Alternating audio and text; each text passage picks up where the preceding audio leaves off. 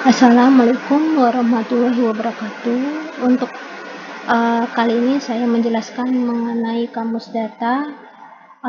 Kamus data ini mempunyai peran yang sangat penting di dalam pemrosesan dari data flow diagram.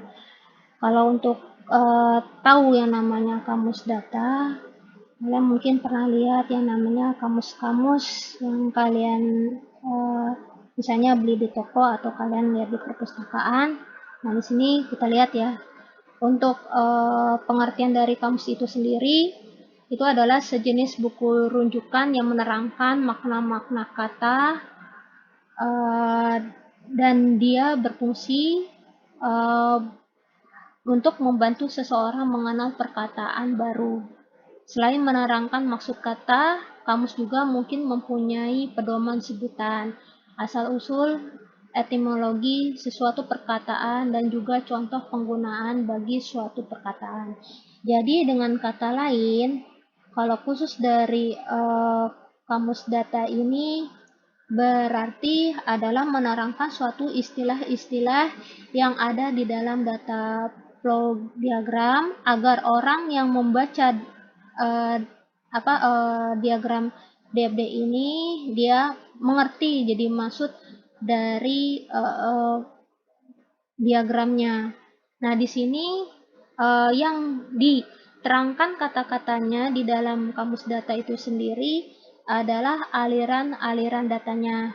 Jadi yang perlu dijelaskan adalah aliran data dari data flow diagram. Jadi di sini ada beberapa data flow diagram. Di sini ada aliran datanya, berarti ini kita ambil, lalu ini kita ambil, lalu yang ini kita ambil sebagai aliran data. Nah, kita lihat lagi di sini juga sebenarnya ada aliran data. Tapi sebelumnya saya pernah pelajarin memberitahu bahwa kalau suatu aliran data yang menuju ke dalam data storage itu tidak perlu kita masukkan. Jadi ini kita coret. Ini juga sama kita coret karena ini sama aja kita aliran data ini dia masuk misalnya atau kita input, yang ini berarti kita output. Jadi kita nggak perlu menulis nama aliran datanya kepada data storage. Nah, ini juga kita lihat ada lagi aliran data. Nah, aliran datanya menuju ke marketing, berarti ini termasuk aliran data. Lalu ini juga ada marketing, ada aliran datanya ke proses, berarti ini adalah aliran datanya. Ya, ini karena ini adalah data storage, jadi kita hapus di sini. Dan ini marketing ke proses, berarti ini termasuk adalah aliran data yang akan kita masukkan ke dalam kamus data. Nah, berarti di sini kita harus menjelaskan satu-satu dari aliran datanya. Kita terangkan apa istilah-istilah yang dimaksud di dalam aliran data di data flow diagram ini. Untuk penjelasan ini kita masukkan ke dalam kamus data.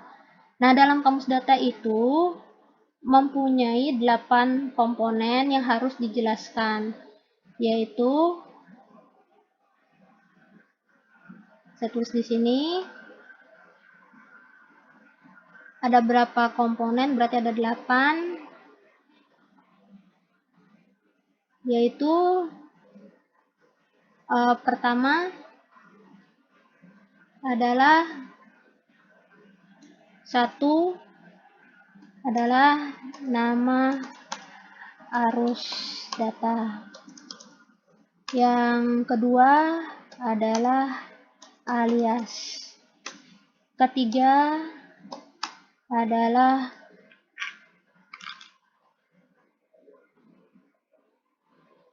bentuk data. Bentuk data. Lalu yang keempat adalah arus data. Kelima yaitu penjelasan. 6 berarti periode. ke-7 yaitu volume, dan 8 yaitu struktur data. Ya, berarti di sini ada 8 komponen yang ada di dalam kamus data. Nah, di sini untuk pertama kita menulis yaitu nama arus data. Saya tulis di sini.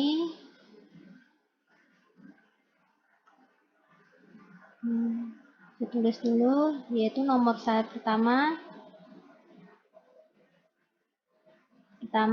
adalah nama arus data.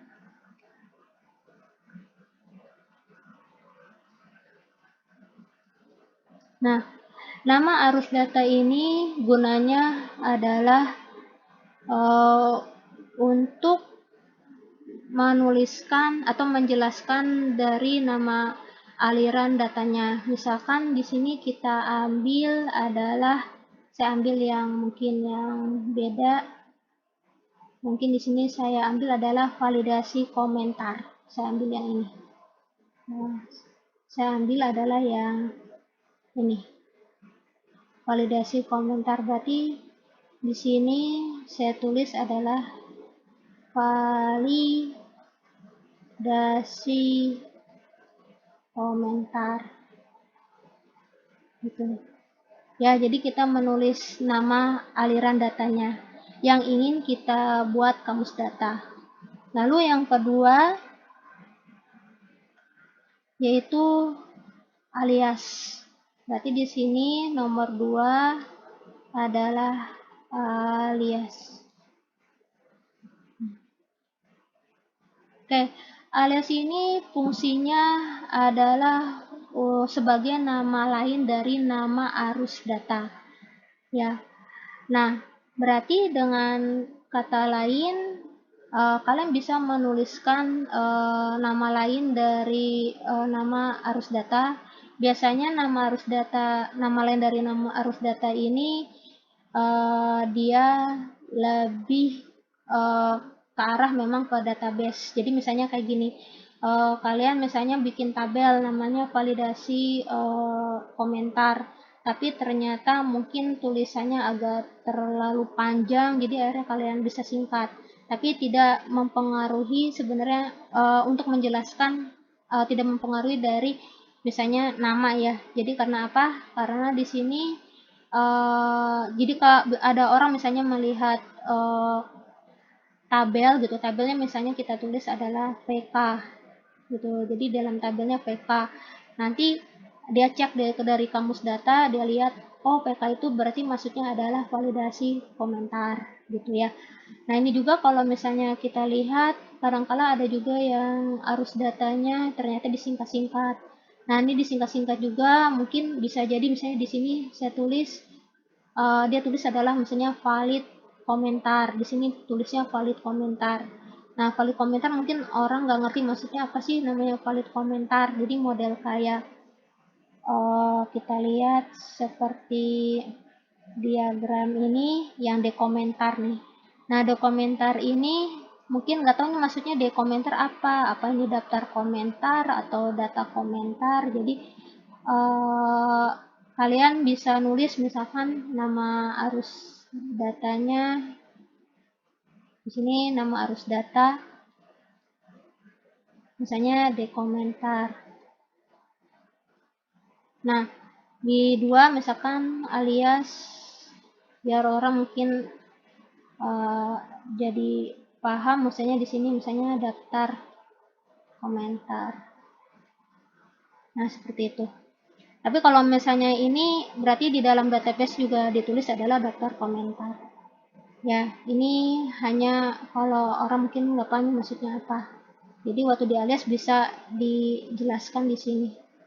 Ya, itu contohnya kalau namanya kalau kita menggunakan tadi alias. Jadi alias itu hanya nama lain dari nama arus data yang nanti akan kalian pakai di dalam database. Lalu yang ketiga tadi adalah bentuk data. Nah, yang namanya bentuk data itu berarti adalah bentuk fisik dari aliran data. Jadi bentuknya seperti apa? Jadi misalkan biasanya kalau kalian output, kalau kita bilang adalah bentuk data ini adalah namanya output yang dihasilkan dari suatu data.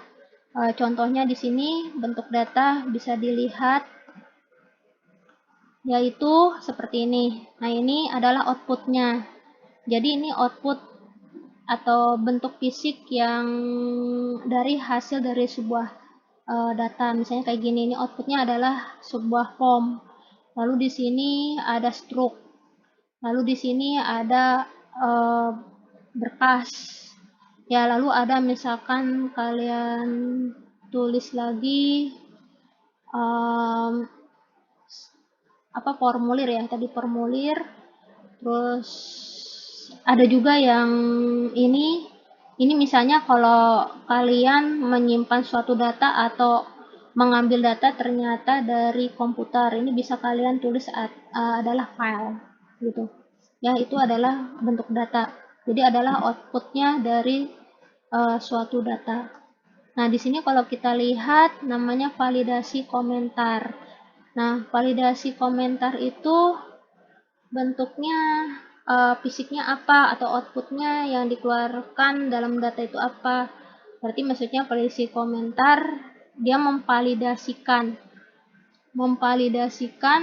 komentar itu apakah komentar itu memang dicetak atau memang dia lakukan, misalnya kayak kalian misalnya melakukan voting gitu kan, terus votingnya dipakai Google Form. Itu kan kalau pakai Google Form berarti kalian pakai file. Tapi kalau misalnya ternyata validasinya dicoretnya itu pakai kertas, itu berarti dia memvalidasinya melewati formulir misalnya. Nah, di sini saya ambil, anggap aja ini adalah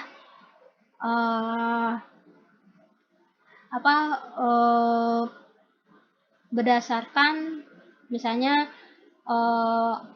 dia validasinya menggunakan formulir. Jadi ada formulir yang komentar terus sama dia di checklist gitu, apa yang memang komentarnya itu bisa diproses atau tidak. Nah, di sini berarti saya tulisnya adalah misalnya formulir atau form ya. Nah, lalu nomor 4 itu berarti arus data ya. Jadi di sini ada arus data. Nah, arus data ini fungsinya adalah untuk melihat pergerakan dari suatu aliran data dari sumber ke tujuan atau dari hulu ke hilir. Nah, di sini maksudnya adalah kalau misalnya kita tadi pakai dia komentar, berarti ini adalah sumbernya, yang ini adalah tujuannya, ini adalah hulu dan ini adalah yang hilir ya. Berarti yang diambil adalah pembeli. Kalau kita tulis arus datanya jadinya pembeli sampai 5.1 input komentar. Nah, seperti itu. Itu contoh kalau buat arus data. Nah, sekarang kita yang validasi komentar. Validasi komentar arus tujuannya mana, lalu yang sumbernya mana. Nah, di sini validasi ini dari marketing ke hapus komentar. Nah, tapi kita lihat lagi, ternyata di sini validasi komentar ini juga ada validasi komentar juga. Berarti ini ada nama yang sama. Kalau ada nama yang sama ini berarti kamu harus menulis 2 arus data yang di dalam kamus data. Ya, berarti di sini ditulisnya jadinya yaitu karena ini sumbernya sama ya, jadi marketing ke balas komentar dan marketing ke hapus komentar. Nah, sekarang kita cek lagi apakah ada lagi tidak nama validasi. Ya, berarti nggak ada. Ini kan beda ya, info validasi komentar, info validasi komentar. Jadi itu beda. Di sini validasi komentar dan ini validasi komentar. Jadi tulisannya udah beda. Nah, di sini berarti kita ambil, ternyata kita dapatkan ada 2 validasi komentar. Berarti kita tulis di sini adalah marketing sampai, ini kalau kita minus itu berarti sampai dengan 5.2 lalu balas komentar.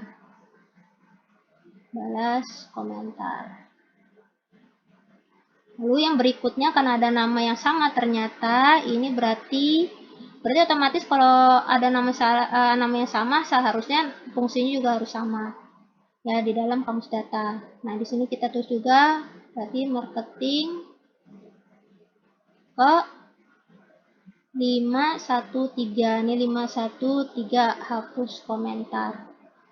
Berarti hapus komentar. Oke, nah itu dia untuk yang arus data. Lalu nomor 5 berarti adalah tentang penjelasan. Berarti di sini ada penjelasan. Nah, penjelasan ini adalah menjelaskan aliran data yang ada di dalam DFD. Nah, di sini kita jelaskan ya apa sih maksudnya aliran data ini, fungsinya apa. Nah, fungsinya ini berarti kalian tulis, misalkan saya tulis di sini adalah memvalidasi komentar yang dilakukan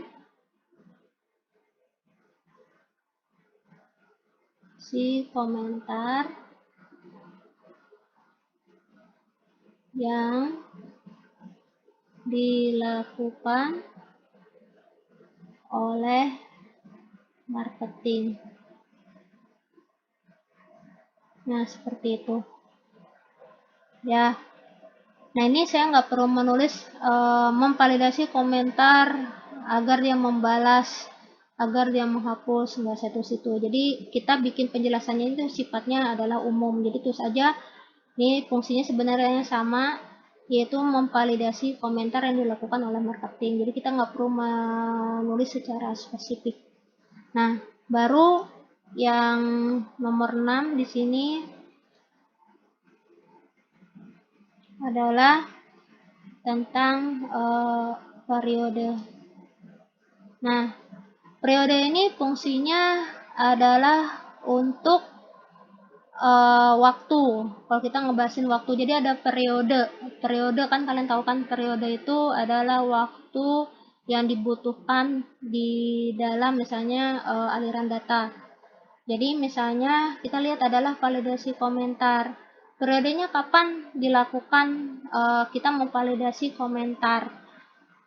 Di sini kalau kita lihat validasi komentar waktunya kapan. Nah, di sini dia waktu saat ternyata si pembeli dia menginput komentar, baru dia bisa melakukan validasi. Berarti di sini periodenya adalah kita tulis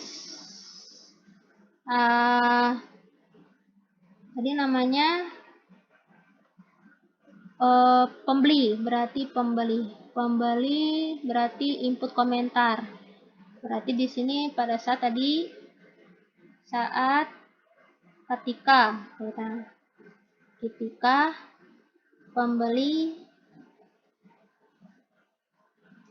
sudah mengisi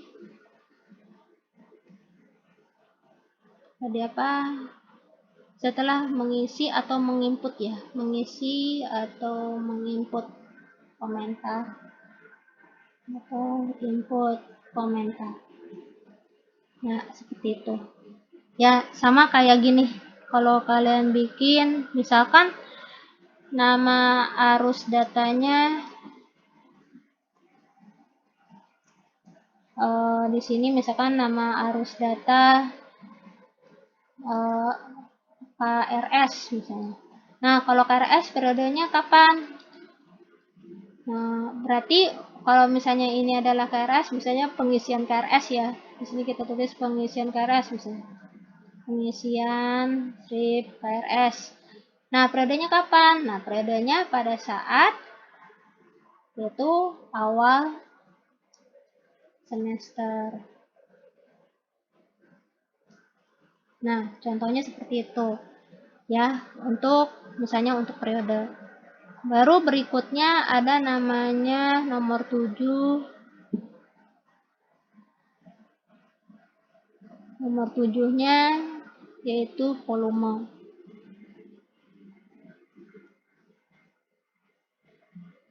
Volume. Ya, volume ini ada hubungannya dengan kuantitas dari suatu aliran datanya. Jadi berarti kita ngomongin masalah jumlah ya, jumlah yang didapatin, ya kuantitasnya. Misalnya kayak model kayak gini, kita kasih contoh untuk volume nomor, misalnya nama arus datanya, misalnya kita pemesanan kue, misalnya pemesanan kue. Nah, di sini pemesanan kuenya itu volumenya. Nah, volume ini terbagi menjadi dua, ada rata-rata dan ada yang puncak. Nah, rata-rata ini adalah maksudnya rata-rata yang di rata-rata pemesanan kuenya itu berapa gitu, berapa pemesanan yang biasanya diterima oleh misalnya si toko misalnya. Nah, di sini misalnya kita bikin 30 pesanan. Misalnya hebatnya pesanannya per hari gitu. Nah, puncaknya misalnya kalau saat hari raya misalnya lebih banyak.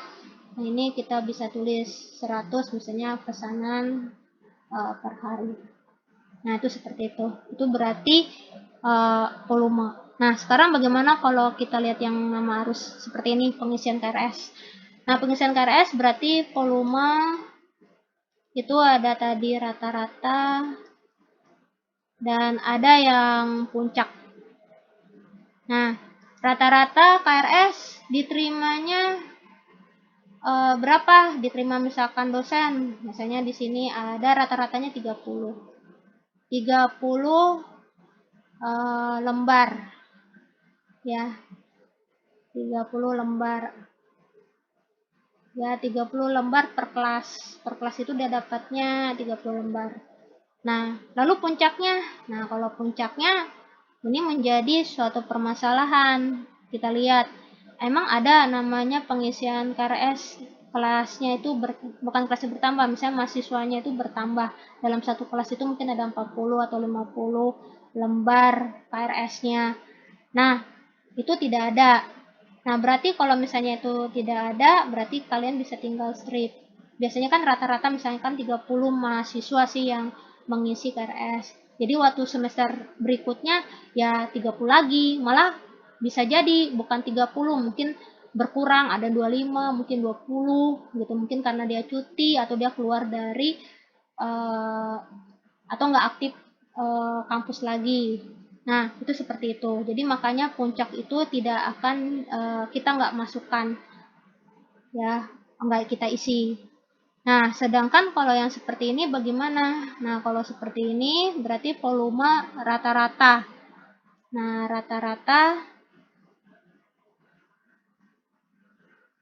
rata-ratanya berapa dan puncaknya berapa. Nah, sekarang kita lihat kalau misalnya rata-rata dia melakukan komentar. Nah, sekarang kita lihat ya kalau komentar misalnya ada yang komplain gitu, komplain ke marketing ya dan segala macam. Biasanya mungkin rata-ratanya kita ambil sekitar misalnya dapat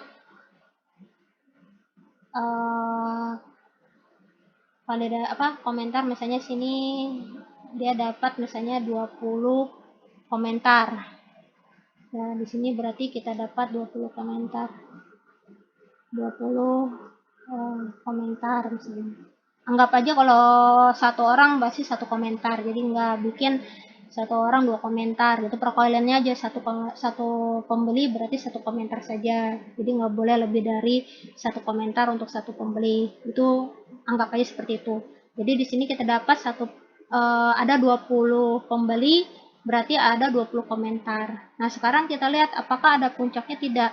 Jadi kalau misalnya kita lihat ada puncaknya, ini malah kemungkinan komentar jarang sekali malah naik ya, mungkin bisa jadi dia malah menurun. Kalau misalnya kalian lihat di Tokopedia komentarnya, apakah dalam satu produk itu dia akan jadi banyak komentar, malah lebih banyak dia memberikan bintang saja, malah ada yang sama sekali nggak diisi ya. Jadi kita nggak bisa memperkirakan apakah dia bisa lebih atau tidak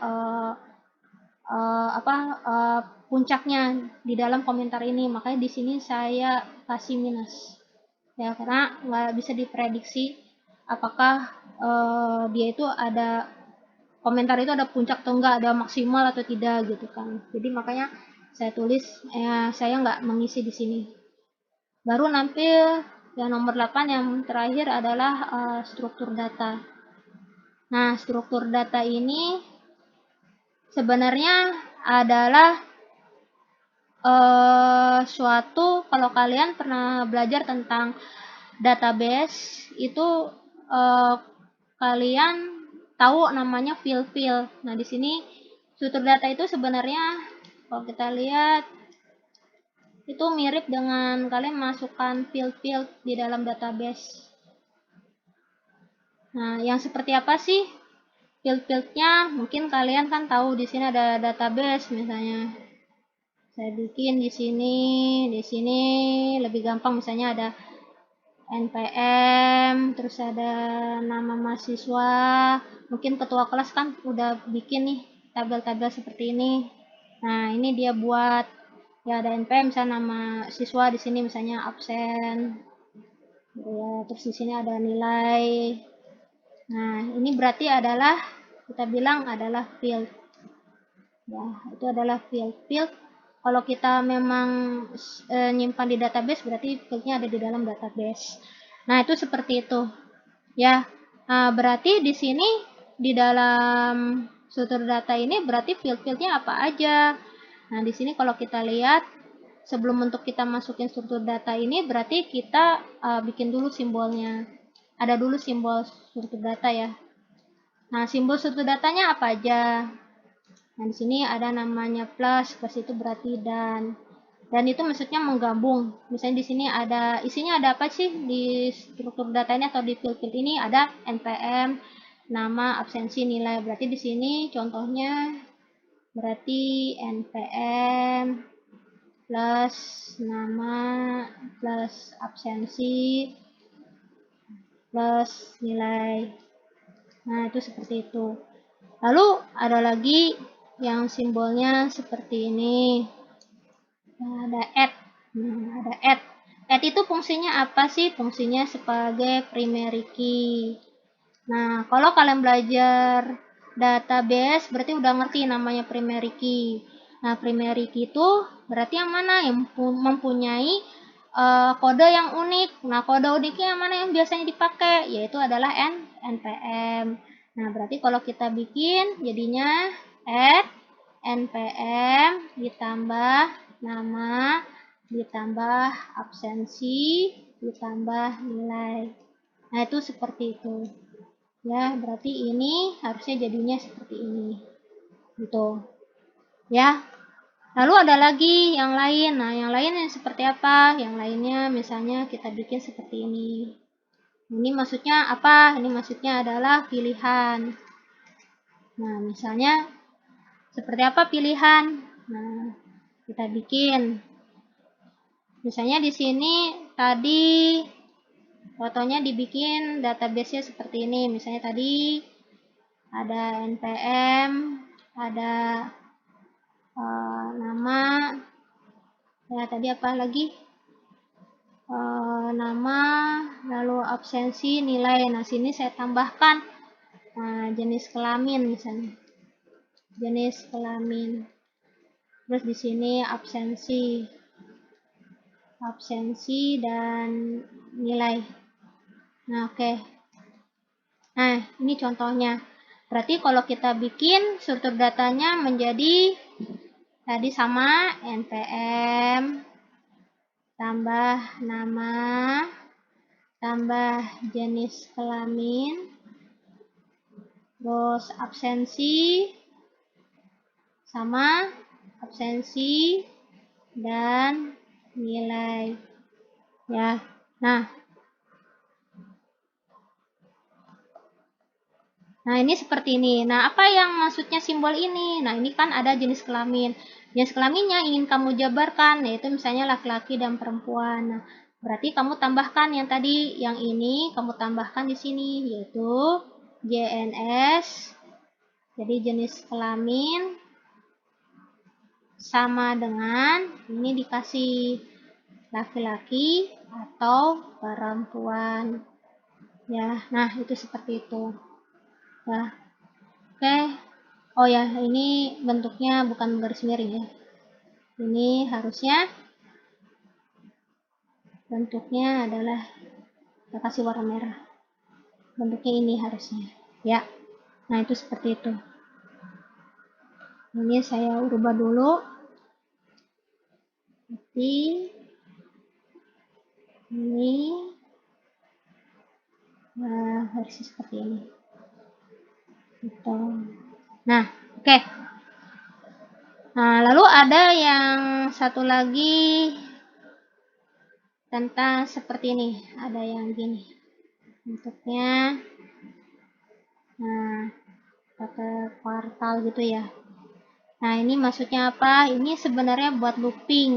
Nah, gunanya looping yang bagaimana? Data misalkan saya misalnya mau ngetik atau menginput npm nama, jenis kelamin, absensi dan nilai dan lain sebagainya itu untuk 30 mahasiswa. Nah, itu bisa kalian isinya jadi seperti ini.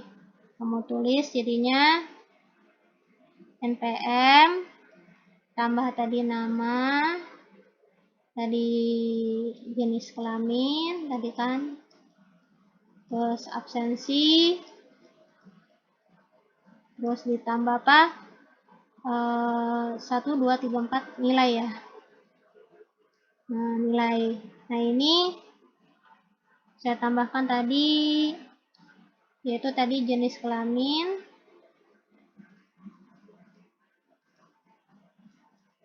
sama dengan laki-laki atau perempuan. Nah, seperti itu. Nah, ini misalnya ada 30 mahasiswa, kita mau ngisi, berarti kita tulis ini 1, data 1 sampai data 30. Nah, seperti itu. Ini kenapa nggak diisi? Nggak ditulis 1 sama 30 juga. Nah, ini karena nama ini sudah ada di dalam, jadi namanya yang jenis kelamin ini sudah ada di dalam sini, jadi nggak perlu lagi kita isi 1 dan 30, jadi seperti ini gitu ya. Ya, kalau misalnya kalian tahu pemrograman untuk database sendiri juga ini udah bisa dipahamin. Nah, baru sekarang kita balik lagi ke kasus yang sebelumnya. Nah, ini tadi yang tentang struktur data, yang tadi mengenai validasi komentar. Nah, berarti kalau validasi komentar ini tadi dibilang apa? Komentar. Berkomentar isinya apa aja sih? Apakah namanya diisi juga? Biasanya username ya, atau misalnya nama. Biasanya orang jarang sekali menulis nama ya, namanya siapa gitu kan, takutnya nanti kalau dia komentarnya jelek langsung diplototin gitu kan ya. Ya bukan, jadi akhirnya orang kan takut gitu untuk balasin komentar. Nah, jadi kalau kayak gitu, untuk contoh ini lah tulis aja lah mungkin kode namanya atau dan lain. Misalnya di sini kita bikin dan kode formulir ya. Berarti di sini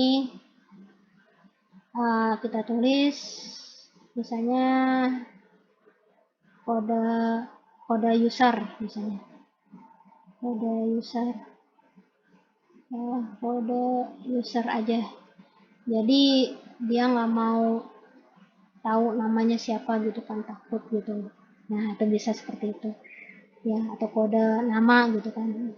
Ya, itu contoh. Di sini berarti isinya apa aja sih? Kode user misalnya alamat. Wah, takut juga kalau alamat nanti dilihatin lagi alamatnya ya. Nah, berarti di sini saya tulis aja deh. Kode user sama komentar saja. Nah, di sini berarti kita kasih tanda karena sebagai primary key. Jadi cuma hanya kode user sama komentar aja gitu kan.